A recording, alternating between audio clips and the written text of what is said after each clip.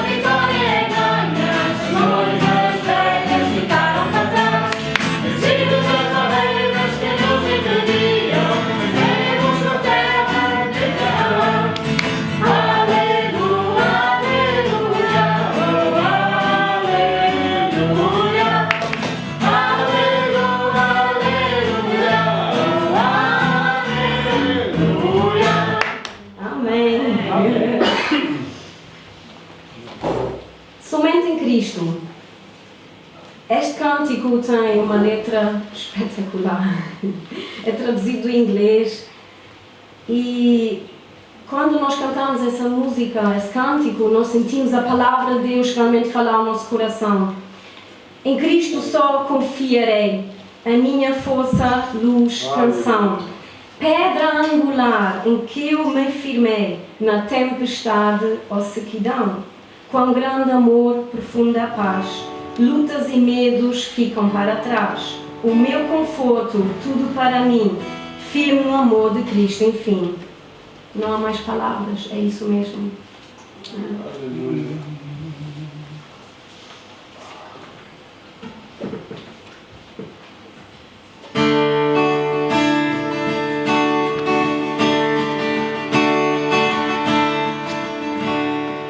Em Cristo só confiarei, na minha força, luz, canção, pedra angular, eu firmei na tempestade ou sequidão. Com grande amor, profunda paz, lutas e medos ficam para trás. O meu conforto, tudo para mim, firme o amor de Cristo, enfim. Em Cristo só encarnou todo o poder no frágil ser.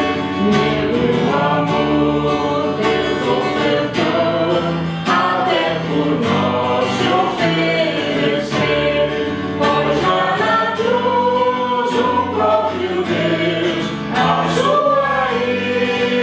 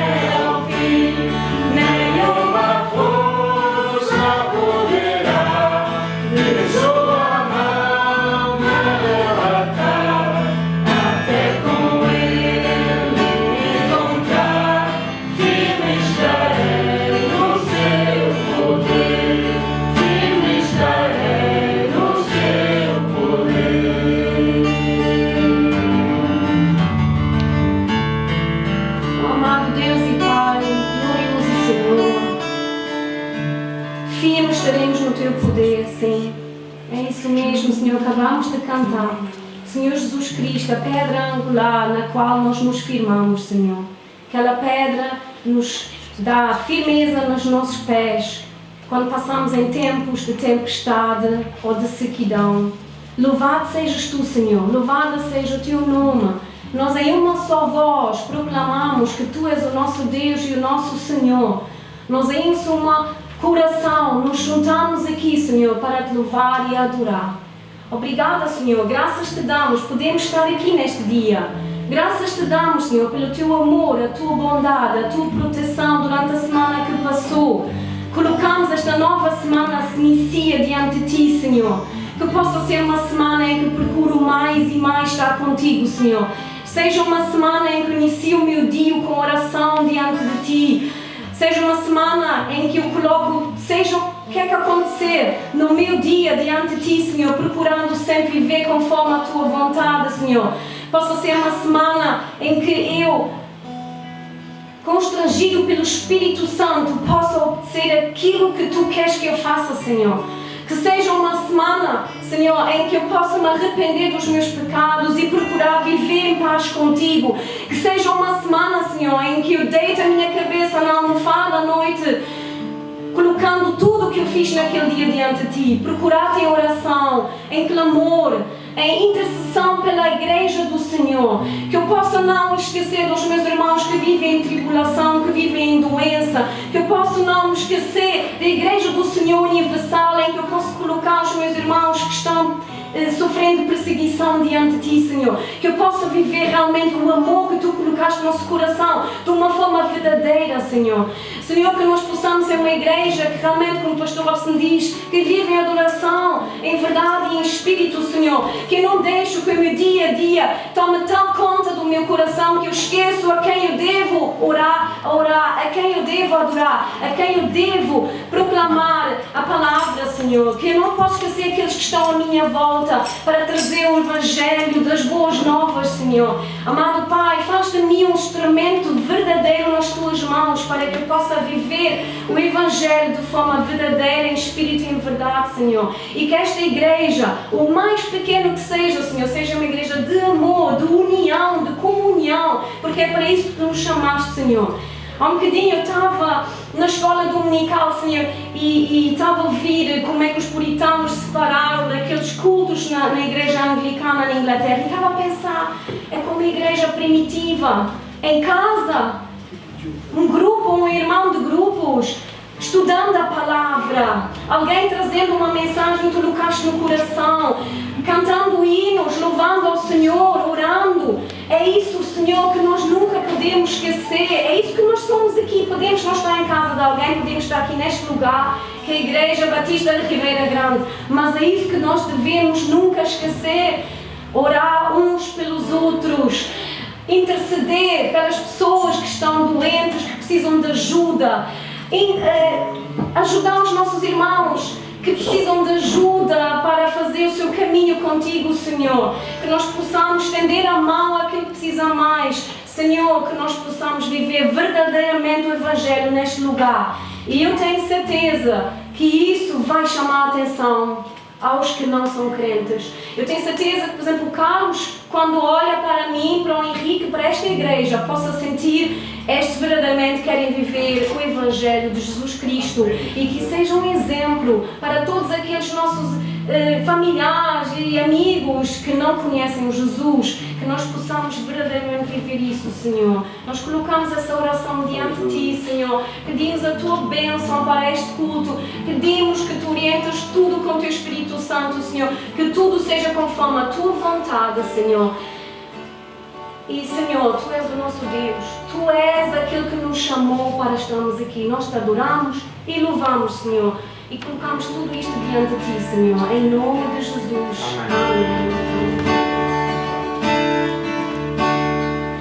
Em Cristo só confiarei, a minha força, luz, canção, retangular, indefinido, na tempestade ou sequidão, com grande amor, profunda paz,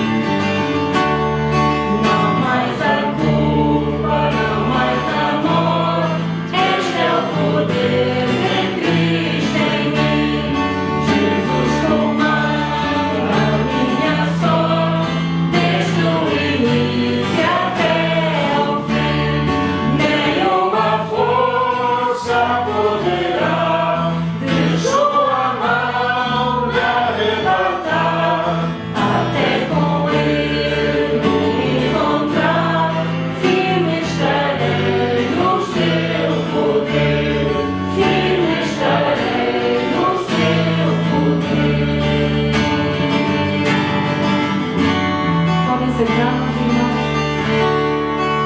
Meus irmãos, a graça e a paz do Senhor Jesus Cristo, amém? Amém. Muito bem. Queria convidar os meus irmãos a abrirem as Bíblias. O livro de Apocalipse, no capítulo de número 2.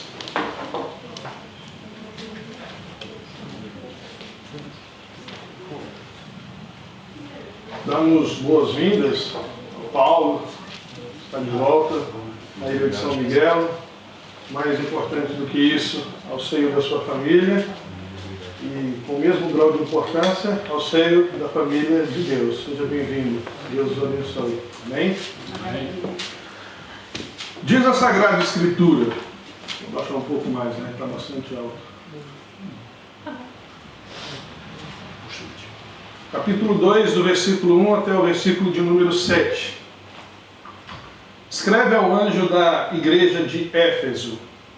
Isto diz aquele que tem na sua destra as 7 estrelas, que anda no meio dos 7 castiçais de ouro. Conheço as tuas obras e o teu trabalho e a tua paciência, e que não podes sofrer os maus, e pusestes à prova os que se dizem ser apóstolos e não são. E tu os achastes mentirosos, e sofrestes e tem paciência, e trabalhastes pelo meu nome, e não te cansastes. Tenho, porém, contra ti que deixastes o teu primeiro amor. Lembra-te, pois, de onde caíste, e arrependa-te, e pratica as primeiras obras, quando não brevemente a ti virei, e tirarei do seu lugar o teu castiçal, se não te arrependeres. Tens, porém, isto, que odeio as obras dos nicolaítas, as quais eu também odeio. Quem tem ouvidos, ouça o que o Espírito diz às igrejas. Ao que vencer, dar-lhe-ei a comer da árvore da vida que está no meio do paraíso de Deus. Até aí, amém. Amém. E o pastor Flávio orar ao Senhor, o nosso Deus, pedindo que o Espírito Santo continue agindo no nosso meio, de sorte que tudo aquilo que for falado nesse lugar tenha um único objetivo e 2 viés: a glória do nome do Senhor e a nossa edificação. Amém? Amado Deus e Pai, nós ouvimos a Tua Palavra, nós cremos na Tua Palavra, a Tua Palavra é a verdade,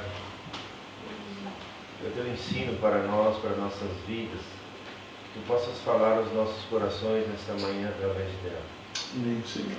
Que tudo que ouvirmos, tudo que foi dito, tudo que for ensinado, que seja sob a orientação do Teu Espírito Santo, e Ele possa confirmar em cada coração a Tua vontade. Em nome de Jesus. Amém. Muito bem. Meus queridos, todo este sermão compõe-se de 3 partes. Uma delas é fruto do nosso devocional familiar. Nessa semana passada, hoje é o primeiro dia de uma nova semana, trabalhamos esse texto no nosso culto doméstico. Outra é altamente influenciada por comentários e mensagens expositivas de pastores piedosos, como os do reverendo Hernandes Dias Lopes, citado há pouco pelo pastor Sérgio Paulo. E como não poderia deixar de ser, a última é fruto da minha meditação secreta, eu e Deus. Então a minha oração, meus irmãos, é no sentido de que o Senhor fale a nós. Nós quem? Igreja Batista da Ribeira Grande. E fale de modo a tornarmos verdadeiramente piedosos em todo o nosso caminho em que devemos andar. Essa é a minha sincera oração a respeito deste tema. É interessante olhar para o capítulo 1 de Apocalipse, o versículo 3, e esse versículo nos diz: bem-aventurado aquele que lê, e os que ouvem as palavras dessa profecia, e guardam as coisas que nela estão escritas, porque o tempo está próximo. A palavra bem-aventurada vem do grego makarios, e literalmente significa supramente abençoado, afortunado, próspero, pessoa com sorte. Portanto, hoje podemos avançar no mínimo em 2 estágios dessa bem-aventurança. Isto é, no ler, acabamos de ler, e no ouvir, acabamos de ouvir a palavra desta profecia. Oremos para que o ciclo seja completo, no sentido de guardarmos essa palavra e vivermos de acordo com ela. Amém, meus irmãos? Amém. Então, o livro de Apocalipse, que significa revelar. Por isso a introdução a esse livro nos diz assim, primeiro versículo do capítulo 1, revelação de Jesus Cristo. Então a palavra Apocalipse significa revelar, descobrir, tirar o véu. Essa revelação foi destinada a 7 igrejas da Ásia Menor: Éfeso, Esmirna, Pérgamo, Tiatira, Sardes, Filadélfia e Laodiceia. Apocalipse 1, versículo 4. Região chamada de Ásia Menor, a atual Turquia.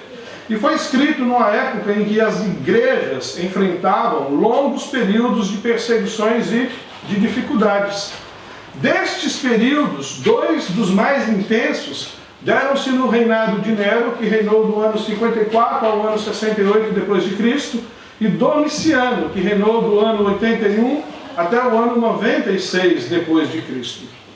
O apóstolo Paulo escreve Apocalipse por volta do ano 96 depois de Cristo. Portanto, no reinado de...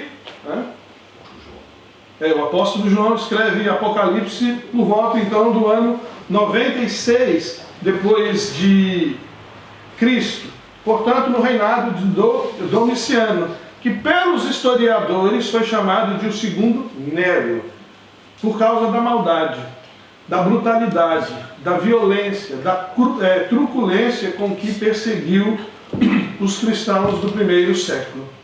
Só para título de informação, uma das suas muitas diversões era queimar os crentes vivos.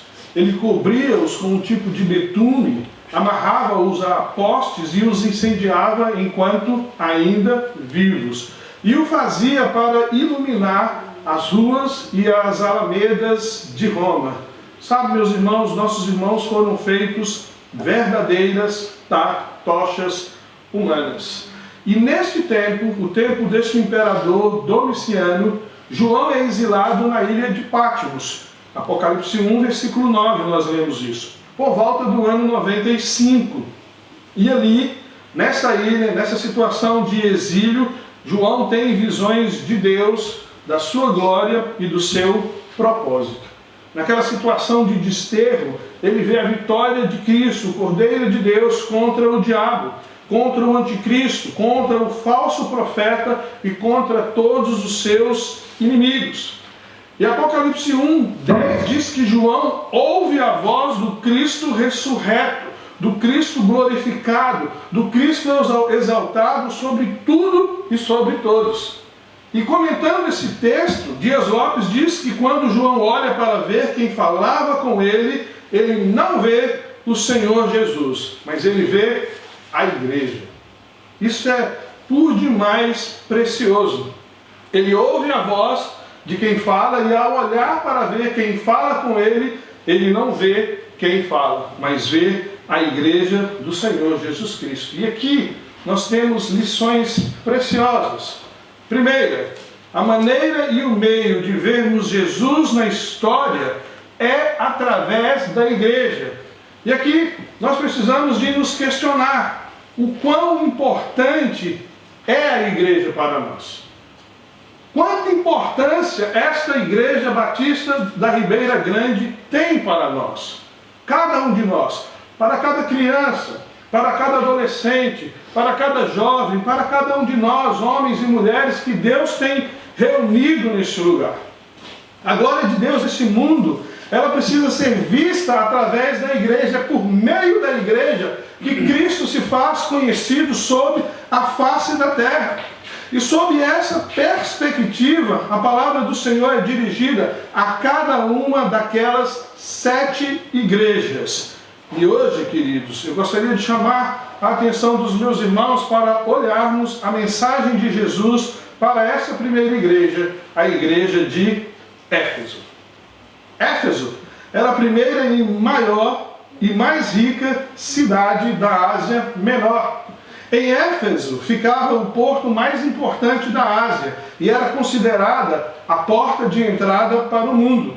Era também, queridos, o centro do culto a Diana, cujo templo era uma das 7 maravilhas do mundo antigo, um centro importante da religião pagã, bem como para o culto ao imperador. Éfeso também era famosa como centro mundial de superstição, e pessoas vinham de todas as partes do mundo comprar amuletos e objetos mágicos. Mas Éfeso também carregava o peso e o sucesso, e para nós o insucesso, de ser um dos principais centros de imoralidade. E é dentro desse contexto de imoralidade cultual que se fala das tão conhecidas prostitutas cultuais do templo de Diana. Mas, a propósito disto tudo, Deus agraciou aquela cidade. Deus agraciou aquele povo com homens como Paulo, como Apolo, como Timóteo, como João, para serem os primeiros pastores daquela igreja, da igreja de Éfeso. E Éfeso experimentou ricos sinais de avivamento. Por exemplo, em Apocalipse 19, nós podemos ler o que Lucas registrou sobre isso. E Lucas registra pelo menos 3 coisas bastante importantes. As pessoas, ao ouvirem o Evangelho lá em Éfeso, vinham publicamente denunciando suas obras pecaminosas. Lucas 19, versículo 18. Ao ouvir o Evangelho, eles confessavam os seus pecados. Atos 19. As pessoas convertidas do ocultismo queimavam em praça pública os seus livros de arte mágica. Versículo 19. O Evangelho espalhou-se por toda a Ásia a partir do testemunho daquela igreja. Então, apesar de todo o contexto negativo daquela cidade, a igreja brilhou como um farol. E o mundo conhecido de então, daquela época, foi alcançado pelo Evangelho do Senhor Jesus Cristo mediante o testemunho daquela igreja. Portanto, meus irmãos, Éfeso era uma igreja envolvida na obra de Deus. Versículo 2 nos diz: eu sei as tuas obras e o teu trabalho e a tua paciência, e que não podes sofrer os maus. E pusestes à prova os que dizem ser apóstolos e o não são, e tu os achastes mentirosos. Então a igreja de Éfeso, ela era ativa, ocupada no serviço de Deus e em favor dos seres humanos. Muitos, provavelmente, daquela igreja, muitos dos seus membros eram plenamente ocupados em compartilhar o Evangelho, cuidar dos doentes, ensinar os jovens e visitar os idosos, porque esse é o trabalho, ou isto é o que se espera de uma igreja centrada na pessoa do Senhor Jesus Cristo. Mas não só. Éfeso era uma igreja perseverante nas tribulações. Versículos 2 e 3, eu sei as tuas obras e o teu trabalho e a tua paciência, e que não pode sofrer os maus. E pusestes à prova os que se dizem ser apóstolos e o não são, e tu os achastes mentirosos, e sofrestes e tens paciência, e trabalhastes pelo meu nome, e não te cansastes. Sabe o que isso significa? Significa que ser crente em Éfeso era impopular. Não havia popularidade nenhuma em si ser crente na cidade de Éfeso. Ser crente na cidade de Éfeso era estar exposto à perseguição. Perceba que é o Senhor Jesus Cristo que está traçando um retrato daquilo que acontecia naquele lugar, naquela cidade, nomeadamente naquela igreja. Os crentes daquela igreja sabiam o que era ser desprezados em público e caluniados na sua vida privada. Não tinham o descanso que nós temos, não tinham a liberdade que nós temos. não tinham o status que nós temos. Mas apesar de toda aquela pressão, eles mantinham-se firmes e fiéis ao Senhor Jesus Cristo. E quem está dizendo isso não é João. João está escrevendo aquilo que o Senhor Jesus Cristo está falando. Aquilo que o Senhor Jesus Cristo está falando. Éfeso era uma igreja de doutrina ortodoxa. Veja de novo o versículo 2 e o versículo 6. Eu sei as tuas obras, e o teu trabalho, e a tua paciência, e que não podes sofrer os maus, e pusestes à prova os que se dizem ser apóstolos, e o não são, e tu os achastes mentirosos. Tem, porém, isto, que aborreces as obras dos nicolaítas, as quais eu também aborreço. Nós não vamos entrar nos méritos das obras dos nicolaítas, nem mesmo de quem eles eram. É assunto para muita discussão, mas nós podemos sintetizar isso e entender algumas coisas. Por exemplo, Paulo, lá em Atos, já havia advertido os presbíteros de Éfeso a respeito dos lobos que penetrariam no meio do rebanho. E também que do meio do rebanho se levantariam homens pervertidos ensinando heresias. Portanto, abra sua Bíblia, por favor, em Atos capítulo 20, e vamos ler os versículos 29 e 30. E eles nos dizem assim: porque eu sei isto, que depois da minha partida entrarão no meio de vós lobos cruéis, que não perdoarão o rebanho, e que dentre vós mesmos se levantarão homens que falarão coisas perversas, para atraírem os discípulos após si. Paulo, inspirado pelo Espírito Santo, na cidade de Éfeso, no meio daqueles irmãos para quem João escreve, já traça o panorama daquilo que aconteceria. A igreja seria invadida por obreiros fraudulentos, lobos em pele de ovelha, mas não só, no meio da própria igreja se levantariam os tais. E eles haviam chegado. Falsos profetas estavam disseminando suas doutrinas obscuras e perigosas no meio do povo de Deus. Mas o Senhor Jesus Cristo está dizendo que a igreja se destacava pela sua pureza doutrinária. Apesar da pureza, eles estavam lá, tentando a todo custo destruir, macular, adulterar essa pureza doutrinária. O Senhor Jesus os chama de os nicolaítas, os destruidores do povo. Entre tantas coisas que eles ensinavam, por exemplo, eles propagavam suas doutrinas nocivas, especialmente a sua condescendência com a imoralidade. O mesmo pecado, do qual Balaão foi acusado pelo Senhor Jesus Cristo. Eles ensinavam, por exemplo, que o sexo antes do casamento não era pecado e que os crentes não deveriam viver uma vida diferente da vivida pelo mundo. Os nicolaítas eram piores do que os pagãos, porque eles agiam infiltrados dentro da igreja. E eles queriam gozar do melhor do mundo e do melhor da igreja. Agora, deixa eu te dizer o que a palavra de Deus diz a respeito disso. Gálatas 4, versículo 4. Aquele que se faz amigo do mundo constitui-se inimigo de Deus. É impossível agradar dois senhores. Ou nós agradaremos ao mundo, ou a Mamon, ou seja, qualquer outro senhor que seja, ou agradaremos a Deus. É impossível ficar em cima do muro quando o assunto é o Senhor Jesus Cristo. Talvez você possa ficar em cima do muro em questões políticas, talvez você possa ficar em cima do muro em questões esportivas e outras questões, mas em relação ao Senhor Jesus Cristo, Deus não nos dá essa prerrogativa. Ou nós estamos do lado de Cristo, ou nós não estamos em lado nenhum.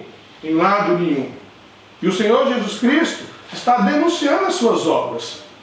E apesar de você não encontrar explicitamente a intensidade dessas obras na Sagrada Escritura, nós temos inúmeras outras literaturas que nos ajudam a perceber quais eram elas.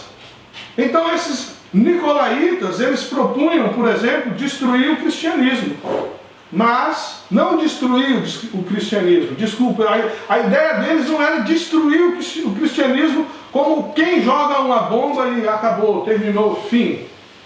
Mas oferecer uma nova versão dele, uma versão modernizada da verdadeira fé. Né?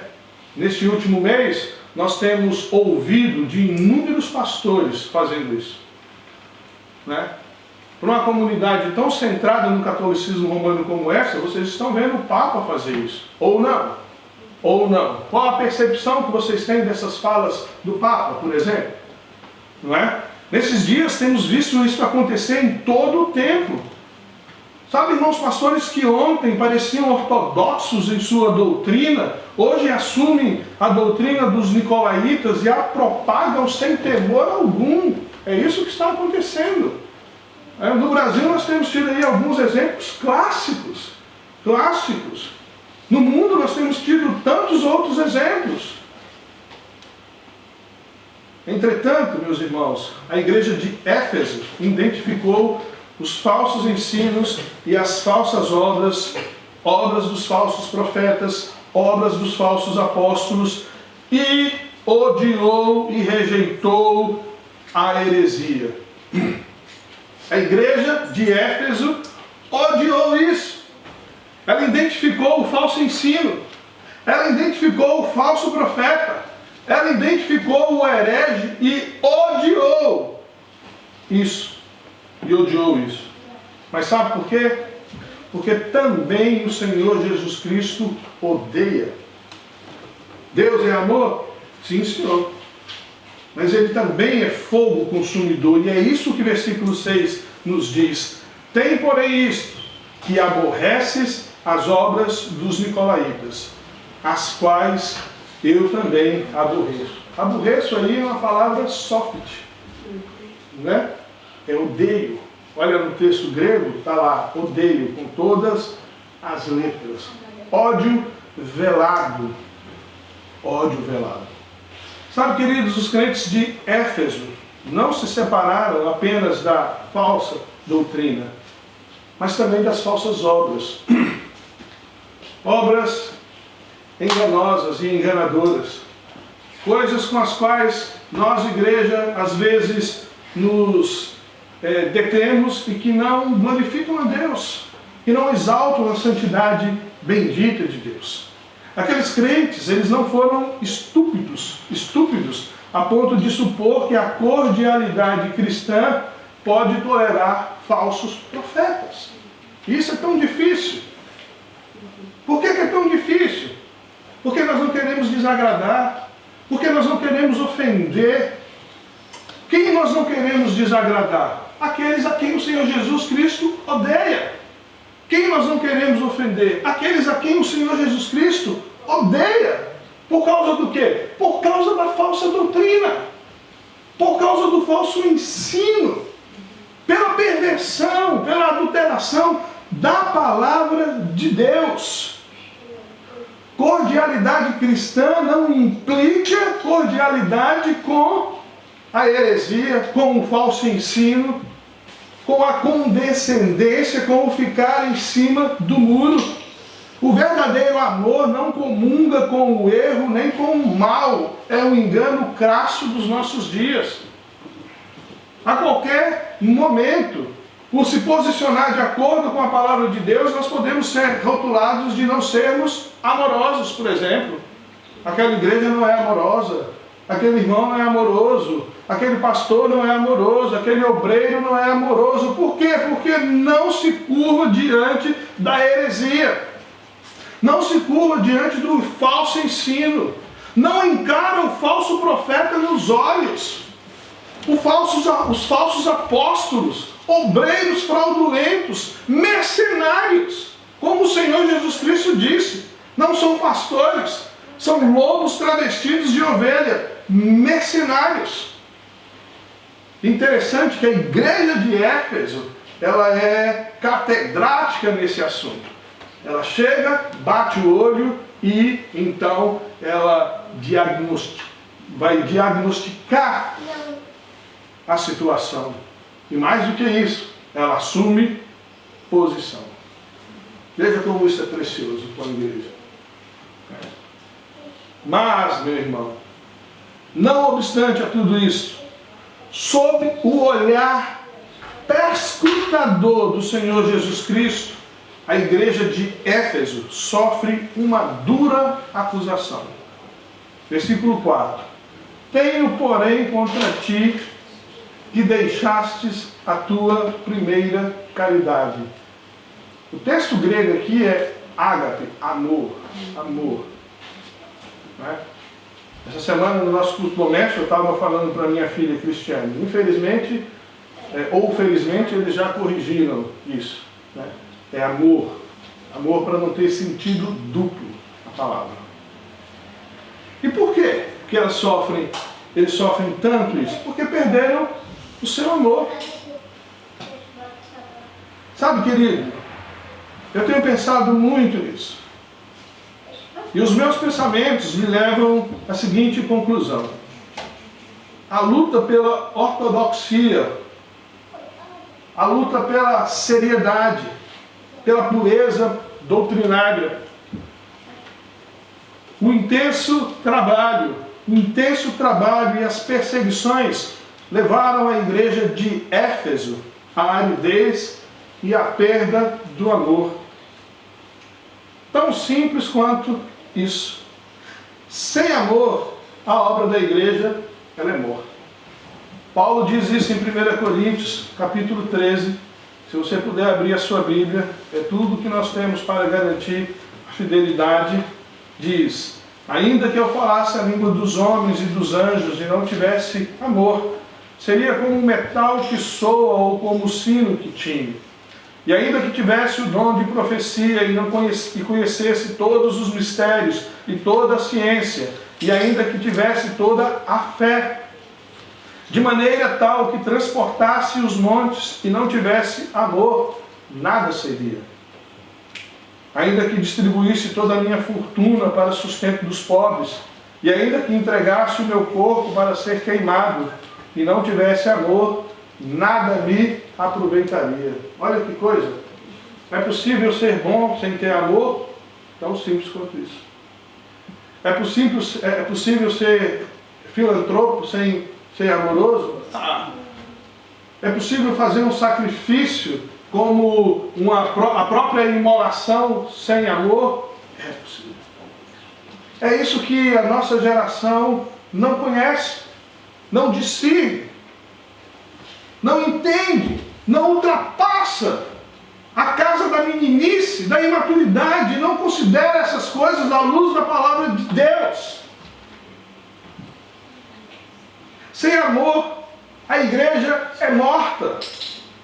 Ela pode ser saudável na sua doutrina. Ela pode fazer evangelismo de casa em casa e contactar todas as pessoas de uma região. Ela pode identificar os falsos profetas, ela pode identificar as heresias e alistá-las uma a uma e refutá-las à luz da Sagrada Escritura. Mas tudo isso sem amor não é nada, absolutamente nada.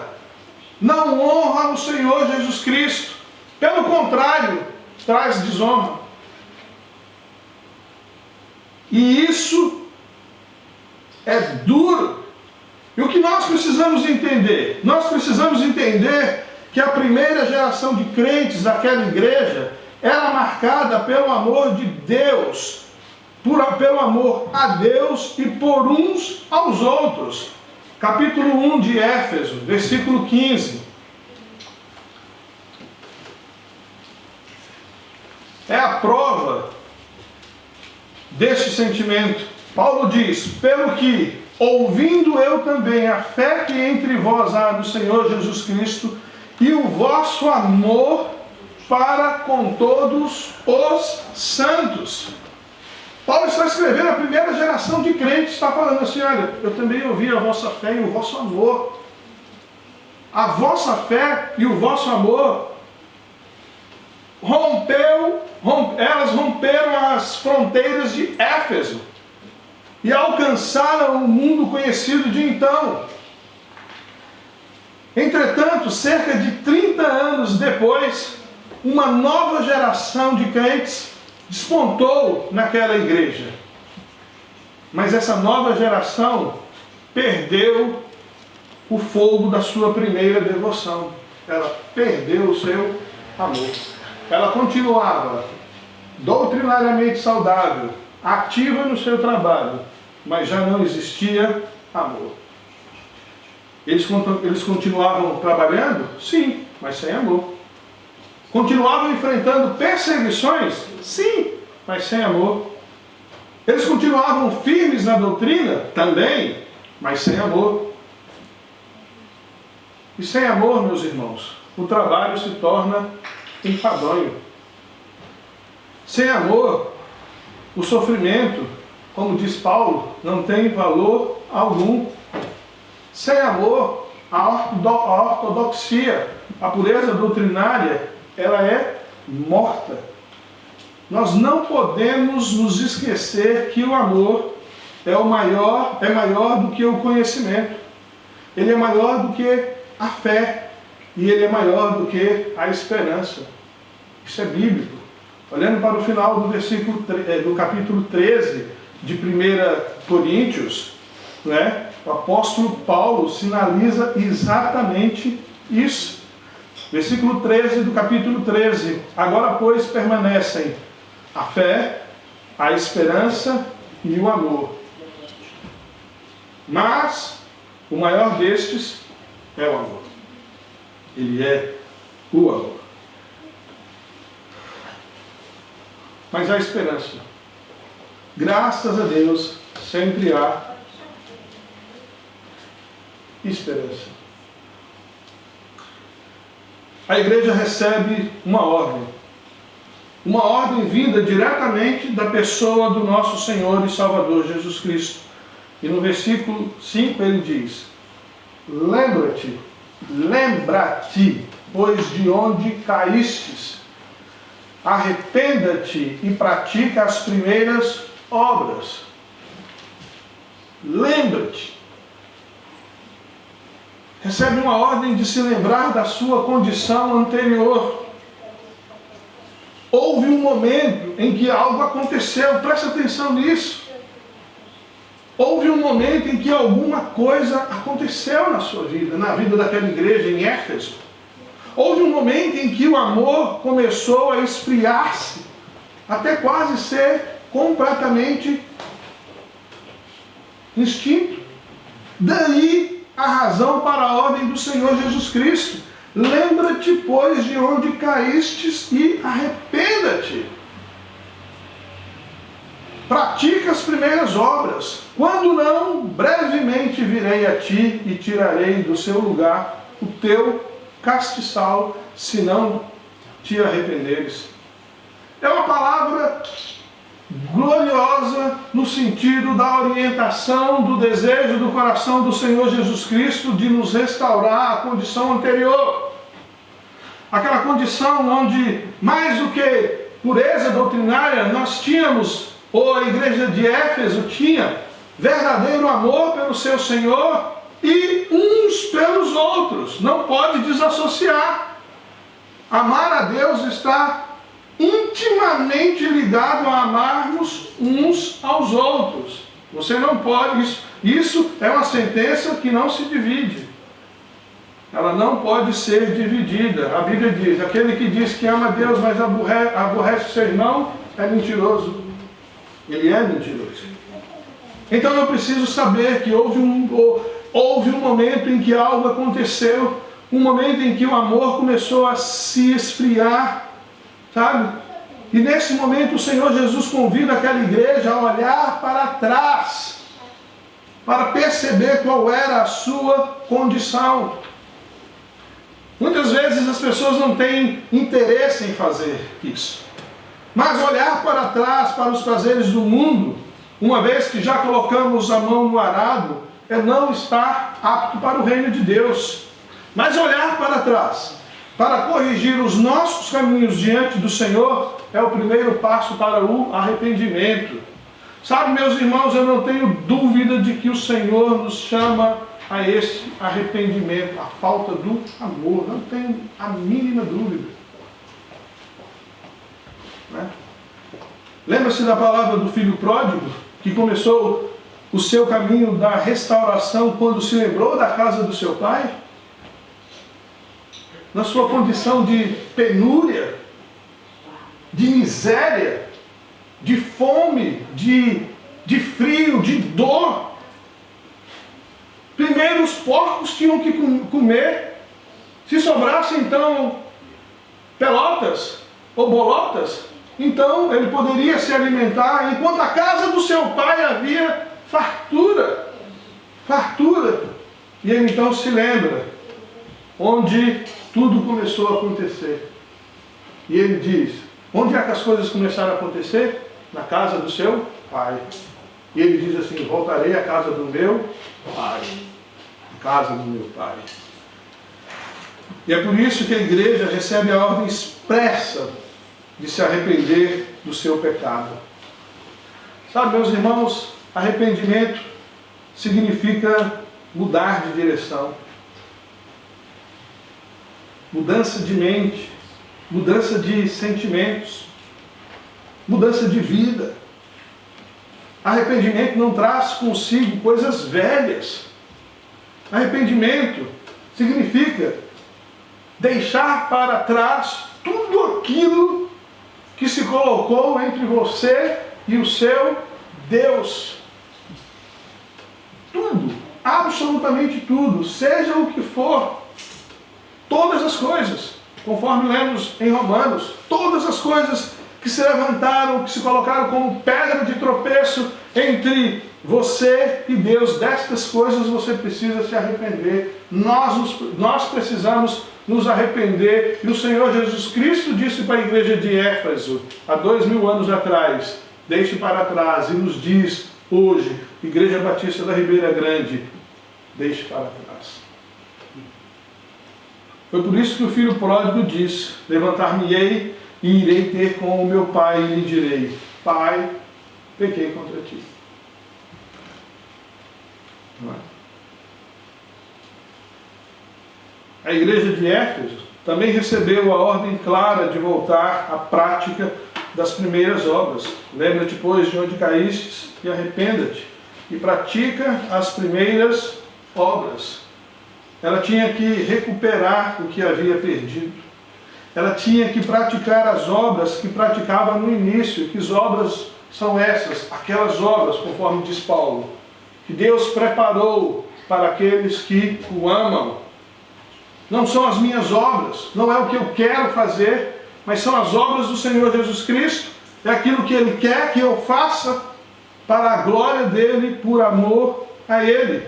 A igreja de Éfeso, ela ouviu essa orientação do Senhor Jesus Cristo, e como ouvimos dias atrás, no ensino da escola bíblica dominical, o pastor falando sobre o bispo Inácio de Antioquia, como ele escreve favoravelmente aquela igreja. Eles ouviram, e a igreja foi sustentada. Eles deram crédito à palavra de Deus. Eles se arrependeram do seu pecado, da sua falta de amor. Mas a geração seguinte, ela se esqueceu disso. É por isso, e aqui deixa eu abrir um parêntese, é por isso que as nossas crianças têm que aprender a palavra de Deus. É por isso que os nossos adolescentes têm que aprender a palavra de Deus. Outra coisa não sustentará os nossos filhos. Outra coisa não sustentará a nossa família. Senão a palavra. Senão a palavra do Senhor. Seja no contexto deles, mas tem que ser palavra de Deus. Eu tenho plena convicção a respeito disso. Como eles responderão às dificuldades destes dias? Como eles se posicionarão? As pessoas pensam que isso é brincadeira, que os nossos filhos não estão sob ataque, que os nossos adolescentes não estão sob o ataque do maligno. Estão! Estão! E se eles não ouvirem a palavra do Senhor, se eles não forem tocados pela palavra do Senhor, se essa palavra de Deus não vier à mente deles nos momentos de dificuldade, como diz a Escritura, eles perecerão. E nós padeceremos horrivelmente. Nós estamos preocupados com o curso que eles vão fazer. Nós estamos preocupados com a comida que eles vão comer. Nós estamos preocupados com as roupas que eles vão vestir. E isso tudo é legítimo. É legítimo. Mas pouca preocupação tem existido quanto aos dias futuros dos nossos filhos, dos nossos entes queridos. E isso dói no meu coração. Isso dói no meu coração. Sabe, meus irmãos, aquela igreja depois do 2º século, ela deixou de existir. A igreja de Éfeso passou. Ela nunca mais foi restaurada. Ela perdeu o tempo da sua visitação. Isso mexe comigo. Será que nós perdemos o tempo da nossa visitação? Ela perdeu o tempo da sua oportunidade. Quanta oportunidade o Senhor, nosso Deus, nos tem dado. Todas as vezes que essas portas se abrem para um culto como esse, é a oportunidade de Deus e é tempo da visitação do Espírito Santo. Ela deixou de ser uma testemunha de Cristo. Sabe o que aconteceu com Éfeso? Ela tornou-se um montão de ruínas e desapareceu no tempo. As pessoas vão na cidade de Éfeso, hoje Izmir, e só veem ruínas. Ruínas, ruínas e ruínas. E nesse sentido, muitas igrejas têm deixado de existir porque abandonaram o seu primeiro amor. Seus templos têm se transformado em museus, hotéis, discotecas, mesquitas, casas particulares. Os seus membros dispersos. Não existe um lugar onde eles se possam reunir para congregar e servir ao Senhor como o corpo de Cristo, ministrando as necessidades uns dos outros. E se algum edifício permanece intacto, seus pastores podem até continuar pregando o Evangelho e a congregação se reunindo. Mas a exemplo da igreja de Éfeso, parece que o candelabro não existe mais. Elas não têm luz porque não têm o amor. E eu continuo me debatendo com isso. Continuo me debatendo com isso. Com o conceito mundano que nós temos sobre amor. Se calhar, quase todos nós aqui somos ignorantes a respeito deste amor. E se a nossa ignorância a respeito disso ela existe, então, meus irmãos, é nada. Absolutamente nada. Mas para acabar, ouça o que o Espírito diz. Diz a quem? Às igrejas. Às igrejas. Sempre. Aqui, ó. Ouça o que o Espírito diz às igrejas. Versículo 7. Quem tem ouvidos, ouça o que o Espírito diz às igrejas. Por que não a igreja? Por que não só a Éfeso? Porque o Senhor Jesus Cristo mandou escrever as 7 igrejas. Nós temos o testemunho desta igreja. Ao vencedor dar-lhe-ei que se alimente da árvore da vida que se encontra no paraíso de Deus. Alimentar-se dessa árvore, querido, é gozar da vida eterna no céu. E o que é a vida eterna, se não conhecer que Jesus Cristo é o Senhor, enviado por Deus Pai, o Todo-Poderoso? E nós não podemos perder de foco o fato de, ao resumir essa mensagem, entender que a bancarrota ou a falência espiritual de uma igreja é a sua falta de amor, como a minha falência é a falta de amor, em qualquer esfera. A minha família vai ser desfeita, desmantelada se faltar amor. O nosso ajuntamento não tem significado se faltar amor. Né? E o mais duro disso tudo, para mim, o mais absurdo disso tudo, é que Jesus está passando no meio da igreja. Ele está entre os castiçais, entre os candelabros. Ele ainda se faz presente. Sabe, meus irmãos, eu creio piamente que Deus está sondando os pastores dessa igreja, os líderes dessa igreja. Eu creio piamente que o Senhor está sondando o coração dos casais, das famílias, dos jovens, dos adolescentes, das crianças, dos anciãos. Deus conhece cada um de nós no nosso pormenor. Eu creio piamente que o Senhor está com os seus olhos postos sobre nós. E ao crer nisso, eu queria fazer 3 perguntas. Quais elogios ouviríamos dele? Segundo, com quais exortações sua voz ressoaria entre nós hoje?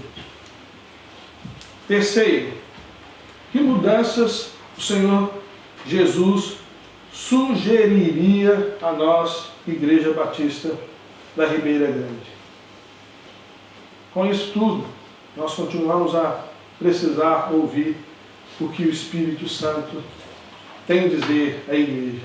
Se ouvir o Espírito Santo falar à igreja significa alguma coisa para nós, eu muito sinceramente, mais uma vez, vos digo que ouço o Senhor Jesus Cristo nos dizer: precisamos nos arrepender da falta do nosso amor. Precisamos interagir uns com os outros e cuidar das necessidades uns dos outros. Precisamos deixar de chegar mudo e sair calado da igreja. Para não considerar a falta de educação que isso é, a falta de respeito que isso é, com qualquer um.